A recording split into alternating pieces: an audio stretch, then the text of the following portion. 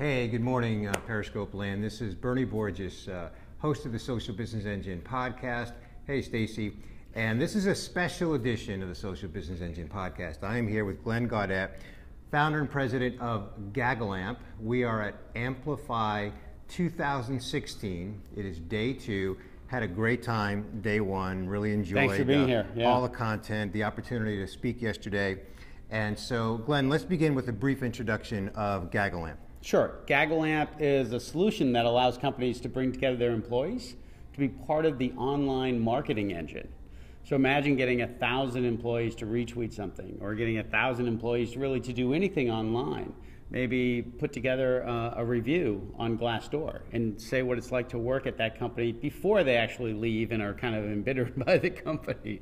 So there's so many things that you can do with the platform. We actually do over 40 different things that allows companies, again, to just make it super easy and super fun for their employees to be part of that online marketing effort. Sure. And of course, we have clients that are using GaggleAMP, and so it's all about really promoting employee advocacy, empowering employees to be advocates for their brand. Right. So let's talk about that. We've talked about employee advocacy on the Social Business Engine podcast numerous times.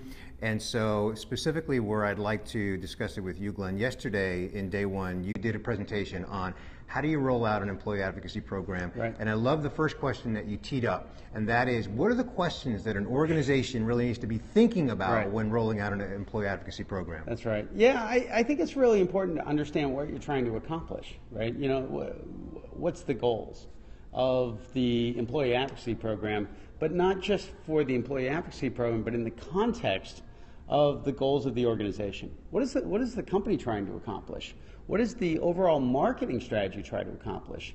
And then what you're trying to do is align what you want to do with the employee advocacy program and tie it to those goals. And I talk about the company and I talk about the marketing because it's not just about marketing. There is a cultural impact to all of this, right? When you have engaged employees, you have employees that are actually going to be far more productive. Right. You know, so there's a lot of benefits that come out of that. Okay, you used the magic word, engaged employees. Yeah. So we also talked yesterday, what's the difference between advocacy and engagement? Oh, it's a great question. And you know, I think one of the questions that you have to ask is who in the company owns each, right? Because traditionally, when you talked about the term engagement, like employee engagement, a lot of people default to, oh, that's HR's job. Right? And then advocacy has taken more of that marketing kind of. Right. So if you ask somebody who owns advocacy, employee advocacy, well, that's the marketing folks. Well, the problem is if these folks aren't talking, you're really not going to get anywhere. I mean, you can take as many technology solutions, but you can't tie them all together if the people aren't talking. I don't care what the solutions are. Yeah. Right. So this ability to really understand who owns what. Is, I think, a distraction in a lot of ways, because the reality is everybody owns everything, because everybody contributes to both pieces. Does that make sense? Sure. Now, Glenn, at GaggleAMP, you know, you work with companies who are using your technology to roll out employee advocacy. So what are some of the best practices that you've seen that have actually generated success stories?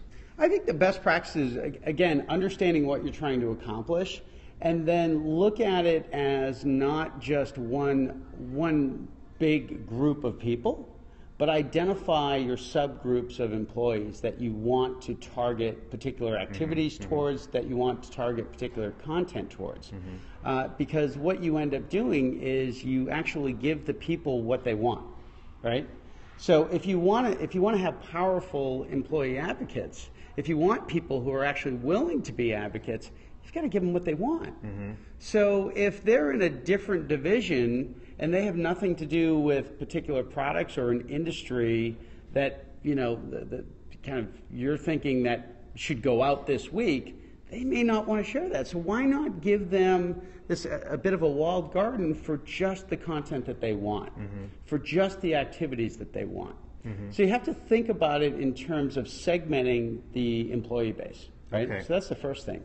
The second thing you want to think about is setting expectations, right?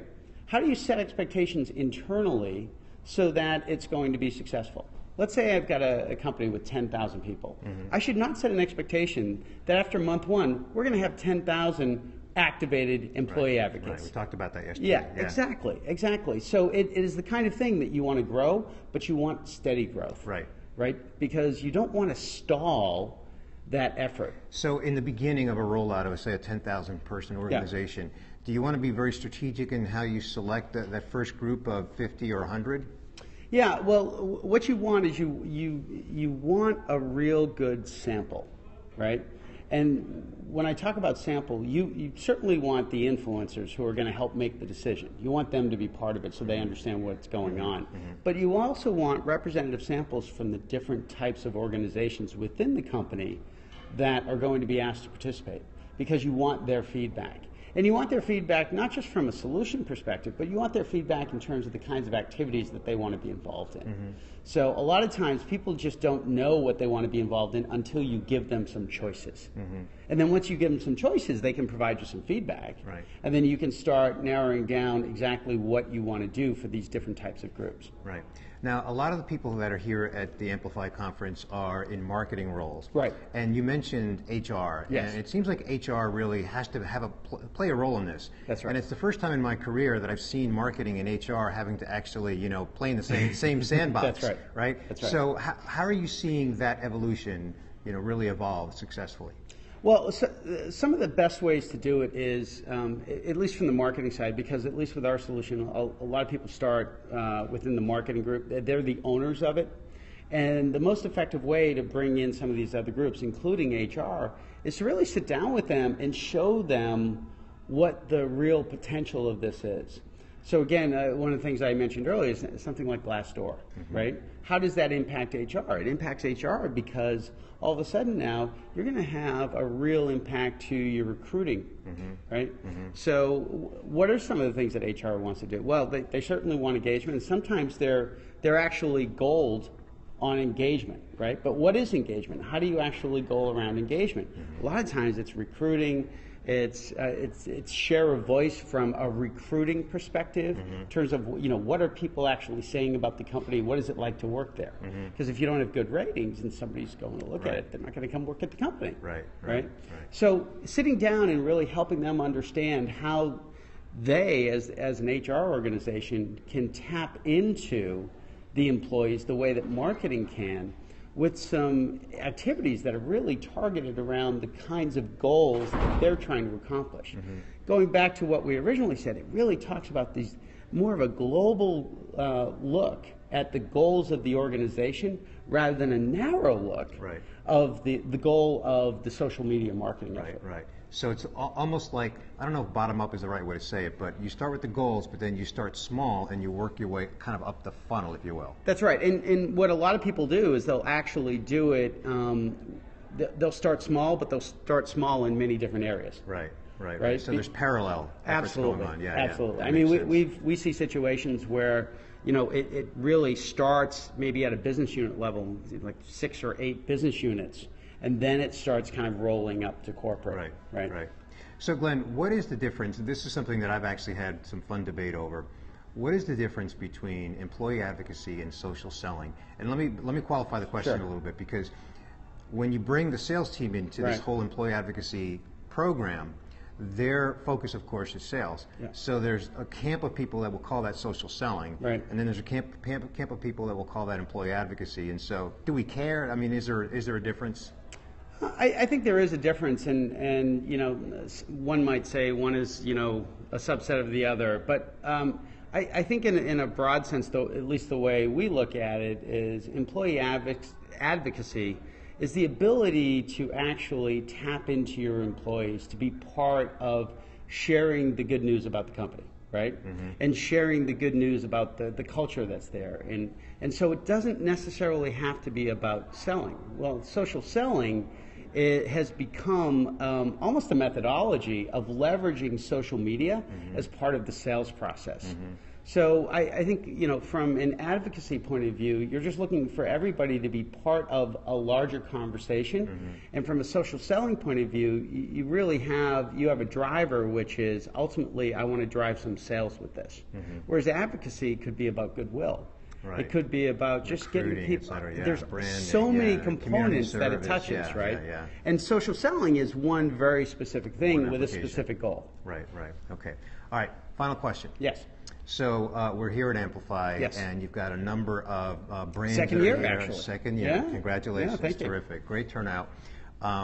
So, you know, full disclosure, Glenn, there are people here that are very interested in rolling out employee advocacy programs, either for the first time or scaling it. Right. And some are struggling. And the struggles kind of seem to be in two camps. One is, how do I do it? And also, how do I get adoption? Right. So what do you see over the next, say, 5 years in this whole area of employee advocacy as it fits into a brand's strategy?